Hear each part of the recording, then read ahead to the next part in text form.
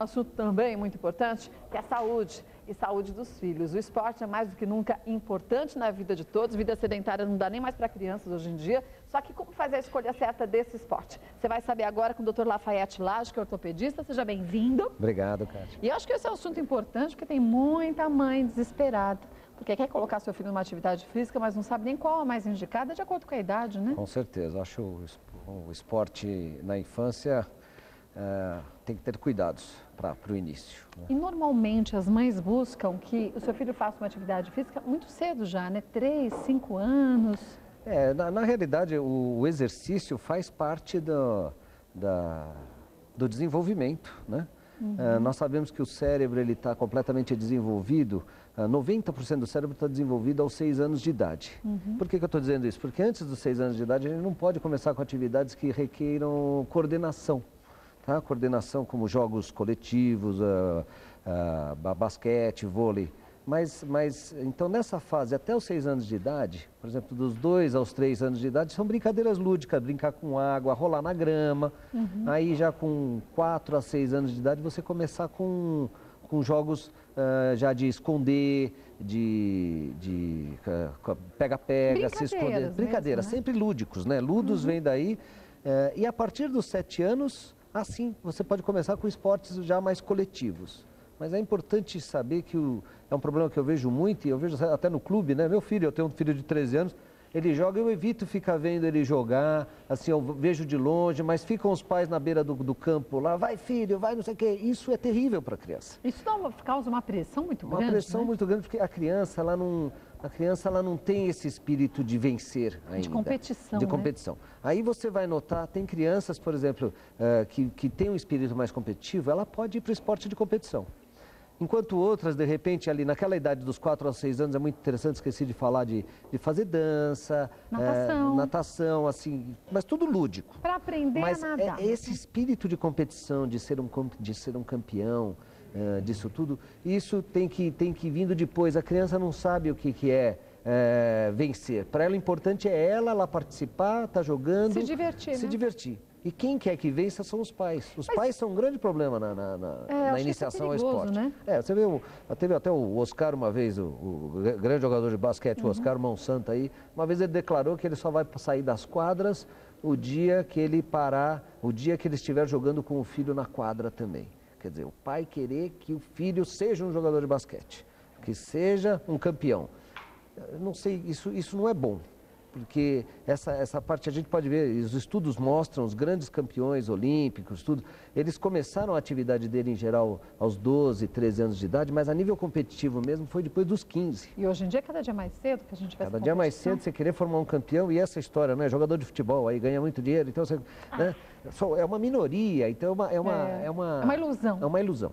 É uma ilusão. E para o corpo da criança? Porque se a gente perceber, a criança bem novinha, até os 5, 6 anos, ela tem um corpo completamente diferente. Não sei se é um exagero da minha parte, mas me parece que a criança, a musculatura está muito formada, muito própria para uma atividade tão intensa, e nem a criança vai conseguir ter até equilíbrio para isso, né? Exatamente, então. Aí que vem a parte de coordenação, e é interessante que na criança primeiro se desenvolvem as mãos e os pés, depois os antebraços, depois os braços e coxas, né? Você deve evitar, de qualquer forma, os esportes de impacto. Impacto porque elas têm cartilagem de crescimento, né? E depois vem a fase, né? Nós temos na adolescência aí, nós temos a pubescência nas meninas de 10 a 12 anos, nos meninos de 12 a 14, né? A puberdade, né? Nas meninas de 12 a 14, nos meninos de 14 a 16. E aí vem a pós-puberdade, nas meninas após os 16, os meninos após os 14, os meninos após os 18. As meninas, em geral, têm um tempo de desenvolvimento 2 anos antes do que os meninos. É um amadurecimento corporal. E existe essa fase rápida de crescimento. Não existem trabalhos provando que os esportes de impacto, eles causam menor estatura. Isso não existe, mas você vê aí as campeãs de ginástica olímpica... São todas pequenininhas. São todas pequenininhas. E essas começaram a fazer impacto... que em medicina, hoje em dia, tem que ter tudo baseado em evidência. Não consegue provar, mas a gente vê na prática que os grandes campeões de ginástica olímpica, as mulheres principalmente, são todas pequenininhas. Com poucos Provavelmente seios. por o quê? Por impacto da cartilagem de crescimento. Então você acaba fechando a fise de crescimento antes. Os ossos, eles crescem pelas pontas, né? Então, esporte de impacto deve ser evitado até terminar o crescimento, e o crescimento termina aos 15, 16 anos em geral, quando eu falei dessas fases, né? A puberdade está acontecendo ali, mas a coisa mais importante é a gente frisar, os pais não ficarem querendo que seus filhos façam esporte. Então, deixar a coisa começar com uma coisa lúdica. A criança por si só, é importante a atividade física. Então, a gente pode dizer assim, atividade física, existem 3 coisas. Atividade física. O que é atividade física? Atividade física é tudo aquilo que você faça no dia a dia, seja para criança, que você se movimenta, que você gasta mais caloria do que em repouso. Então, está provado que você ter uma atividade física de 30 minutos por dia, está mais que o suficiente. Então, para quem não faz esporte, atividade física 30 minutos por dia é vital para a longevidade, para suas artérias. A mãe joga bola com o filho no quintal. É atividade física. O que é o exercício? O exercício já são atividades mais repetitivas. Tá? Você tem o exercício, atividades repetitivas, com mais tempo de duração. A criança pode fazer exercício. Aí vem mães assim e falam, quando é que meu filho pode começar a levantar peso? Mas ele esse é um problema, né? Pode. A partir dos 10 anos de idade pode começar. 10 anos? Já pode. Porém... Com peso? Musculação? Mas você não me perguntou quanto de peso. Ah, bom. Aí que tá. Eu já fiquei arrepiada. Existe um percentual. Você não pode chegar querer que um menino que pese 50 quilos vá fazer 10 quilos de supino. Ele consegue fazer 10 quilos de supino, mas aí você está forçando. Então ele pode fazer com 1 quilo ou 2. Não tem problema, é tudo percentual em relação ao peso. Mas aí então, a criança vai aceitar isso? Quer dizer, começar com 1,2 quilo, tudo bem, mas depois de uns 6 meses ele não vai querer aumentar? Mas por isso que tem que ter supervisão. Aí não dá é pra que largar, né? Aí é que são vários aspectos. Então você tem o problema dos pais, você tem o problema do treinador. Tá? Os pais têm que ficarem muito mais preocupados com a formação do treinador, daquele personal trainer da academia, seja do clube, você vê que tipo de coisa que é. Se você vê que o técnico, seu filho está fazendo vôlei lá, está fazendo futebol, e você vê que o técnico pega nas crianças de 8, 9, 10 anos e fica dando bronca neles, direto, é bronca. Esse cara não serve para ser técnico de criança. Está no lugar errado. Ele está no lugar errado, ele não podia estar lá. Ele tem que estar incentivando. Você pode, às vezes, frustrar um grande campeão, às vezes esse menino tem o dote, é bom de bola, é um Robinho da vida, e ele vai parar de jogar porque ele vai se sentir frustrado, porque ele não marcou o gol. Então, tem tudo isso na criança, os pais lembrarem que, sabe, criança só se é uma criança uma vez na vida. E passa muito rápido. Então, a criança, ela tem que ser, você tem que ajudar a criança a se desenvolver para que ela seja um adulto que não perca a oportunidade de ser um adulto bem formado. Né? Então, essa parte lúdica, jamais esquecer isso e não insistir na competitividade, né? Que pode ser contraproducente, né? Totalmente. A gente falava... E deixar traumas, né? A gente falava da musculação para jovens, né? 11, 12, 13 anos. Se falássemos, então, de alguns jovens que nessa idade, às vezes até com 14, 15 anos, ainda usam suplementos para ajudar a criar massa muscular, a gente está falando de um problema muito sério, né? Você tocou um assunto que é seríssimo, eu vivo isso no dia a dia lá na clínica, porque até recentemente eu operei um paciente com ruptura do tendão patelar.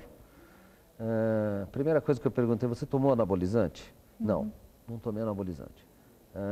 Na mesma ruptura que o Ronaldo Fenômeno teve. Essas rupturas de tendão patelar e ruptura de tendão do tríceps acontecem mais em pacientes que tomam anabolizante. Mas aí depois o pai dele comentou comigo, ele lembra, falou, olha, ele no primeiro ano de faculdade ele virou um touro, quando ele estava com 17, 18 anos, ele virou um macaco, não conseguia nem andar, estava assim. De tão forte. Às vezes às vezes ele inconscientemente não tomou anabolizante, tomou algum suplemento alimentar que indicaram na academia que tinha anabolizante.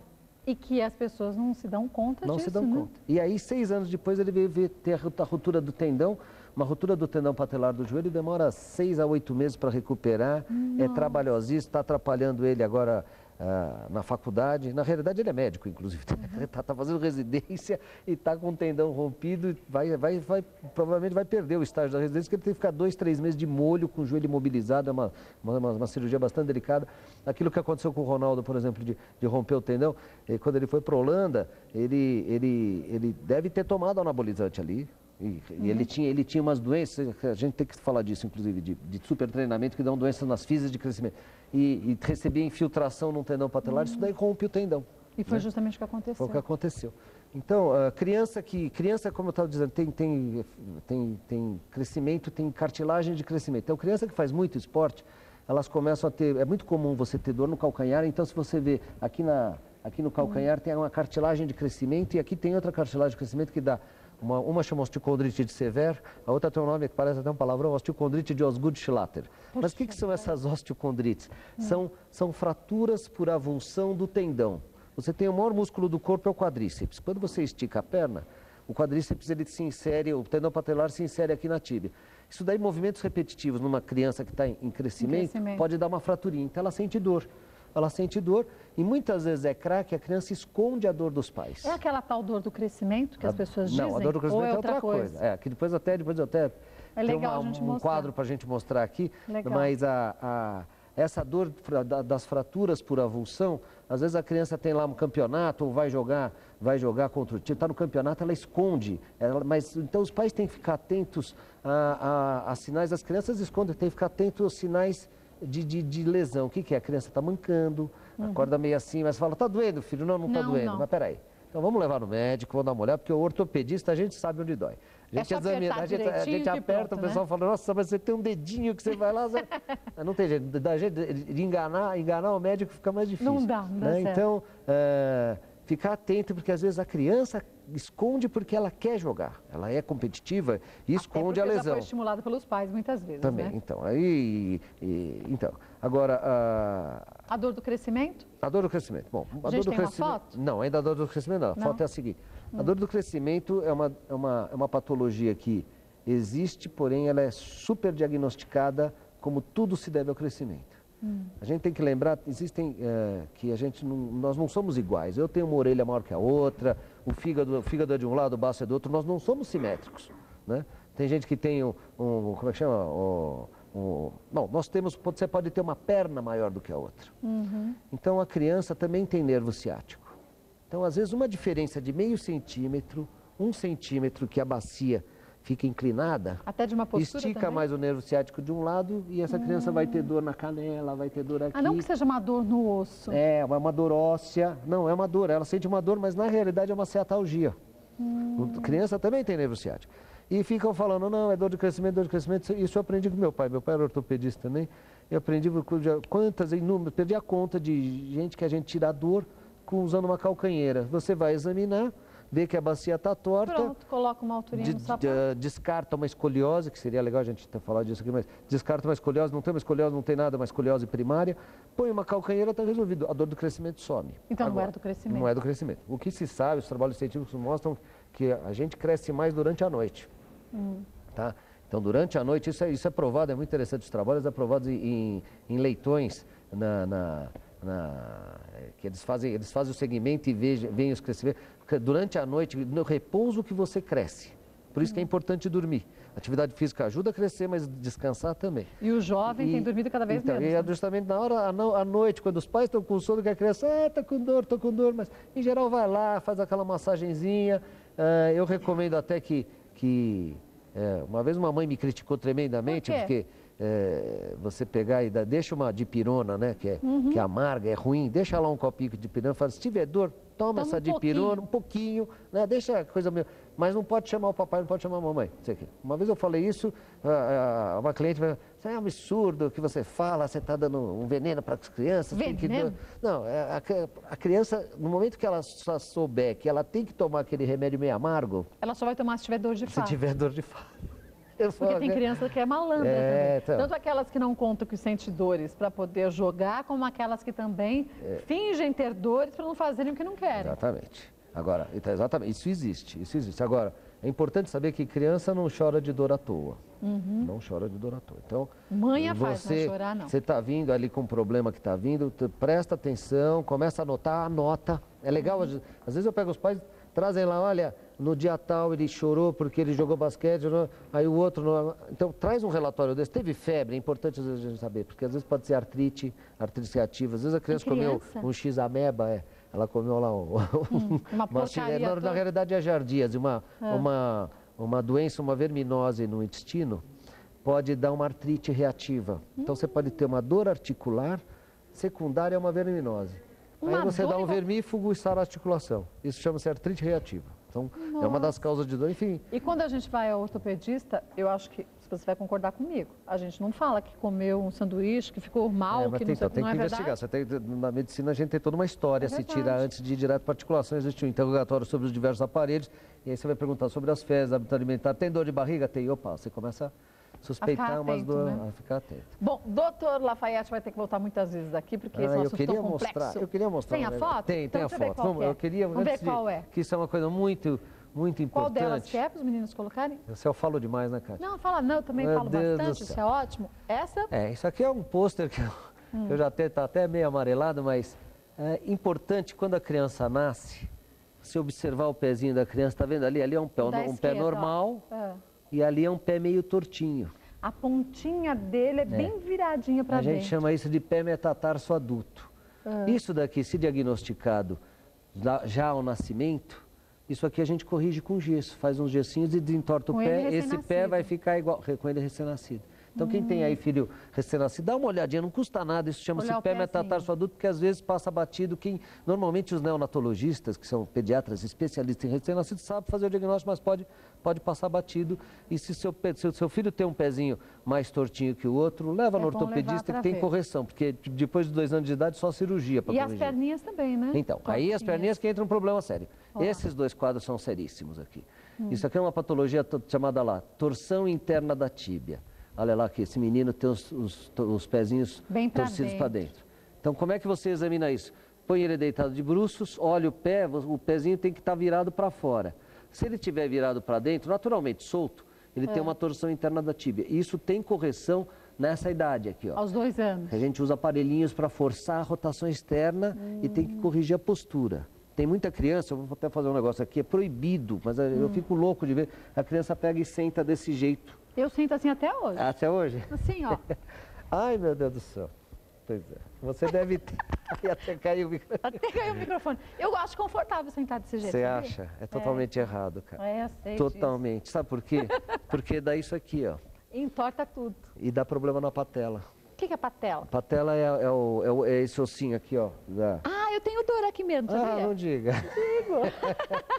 Eu falo, mas é que eu fico de joelho, não é de joelho não, né? Desculpa dizer, talvez agora seja tarde, mas 41, enfim, vamos... já faz 39 anos Mas que isso já aqui não pode deixar, então, você tem uma torção interna do fêmur, porque seus pais não te corrigiram da postura. Eu usei botinha, Você tudo mais. usou botinha, mas não era corrigiu. pra isso. Acho que o seu ortopedista talvez esqueceu de te falar Lá que você tinha que sentar antigamente, né? como índio. Você tem que sentar ao como índio. contrário, né? Nunca desse jeito. Jamais. olha Então, lá. se a gente passar essa mensagem aqui, olha... Já é um ganho muito grande. Então, isso aqui tem muito cuidado. E antes de iniciar a atividade esportiva, então, dependendo se tem alguma dúvida, passar no ortopedista Fazer uma e ver, análise porque de disso, repente essa criança aqui não está apta aí para estar jogando vôlei. Porque vôlei força muito a fêmuro-patelar. Então, de repente, fala, olha, vamos fazer um outro esporte, vai jogar tênis, porque Algo que não vôlei, force porque o tanto. vôlei você trabalha muito, fica agachado, levantando, aí você vai desgastar a cartilagem. A cartilagem não dói, não tem nervo, só depois que acaba a cartilagem começa a doer. Então, Algumas pernas, aquelas ditas pernas de cowboys, que a gente vê aquela Vira aberturinha vara, assim, entre os joelhos, também tem correção quando criança? não, é normal. Toda criança quando nasce, quando ela está nessa idade, ela está na perna de cowboy. Depois ela fica tortinho. com o joelho em X e depois em direita. Isso é normal. Agora, quando ela está na perna de cowboy já, com 10, 12 anos de idade, tem que prestar atenção, porque senão ela vai acabar tendo uma artrose do joelho internamente. E é tanta coisa. É tanta coisa, olha, você vai ter que voltar, graças a Deus, muitas vezes para a Tem gente ficar muita bem coisa, mas a informado, viu? prevenção é a coisa mais importante. Kátia. qualquer Que dúvida, as pessoas têm essa noção aí. vá ao ortopedista, vital. né? E tem sites, né? Hoje a internet é tão rica em coisa, mas se tiver dor, procura ajuda, vai se informar, que hoje em dia com esse Google, que é uma loucura, né? Parece, acha tudo você rapidinho. digita lá, parece que tem uns duendes trabalhando atrás e que procura, agilizam fala, você tudo, quis né? dizer tíbia? E você escreve lá tóbia, fala, você quis dizer tíbia? É verdade. Então, enfim. Mas que você em casa nunca se automedique, a gente sabe o quanto que isso é Com importante. certeza, com certeza. O que foi bom para o seu filho, seu primeiro filho talvez não seja completamente oposto que o seu segundo filho tenha. Então não tente adivinhar qual a melhor saída para um resultado que, pelo menos inicialmente, parece ser difícil. O ortopedista, o médico, sim, vai poder te orientar. Doutor Lafayette Lage, que é ortopedista, volta outras vezes ao programa. Obrigada mesmo pela De participação. nada, Kátia. Desculpa Espero aí mais que vezes. se eu cedi o tempo aí. Imagina, foi maravilhoso. Obrigada, Obrigado, viu? até mais. Tchau, tchau. Olha como a gente aprende, viu só? Eu